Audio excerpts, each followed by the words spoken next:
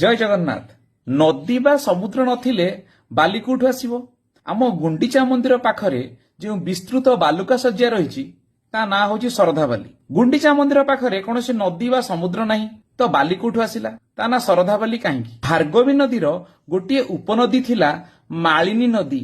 एई मालिनी नदी बड़दाण्ड मध्यस्थ बलगंडी देई बही जाउथिला। आजकू 760 वर्ष तले रथयात्रा रे 3टी रथ नुहे 6टी रथ व्यवहृत हेउथिला। श्रीमंदिररू बाहरी 3 दिय 3 रथरे बड़गंडी निकटकू जाउथिले। नौका पार हेउथिले। नदी सेपटे 3टी रथ पुणी 3 दिय को अपेक्षा कर रहुथिला।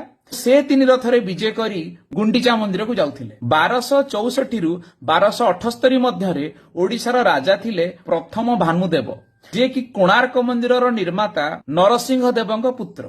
एई भानुदेवଙ୍କର पत्नी थिले रानी शरधा देवी। स्वप्नादेश हैला रानी शरधा देवी को। महाप्रभु जगन्नाथ चाहिए 2 थाकिया रथयात्रा नकरी एका थरके श्रीमंदिररू गुंडीचा मंदिर जाए 3टी रथरे जीवा पई। रानीଙ୍କ निर्देशरे मालिनी नदी को समुद्ररू बाली आनी पोती दिया जाइथिला।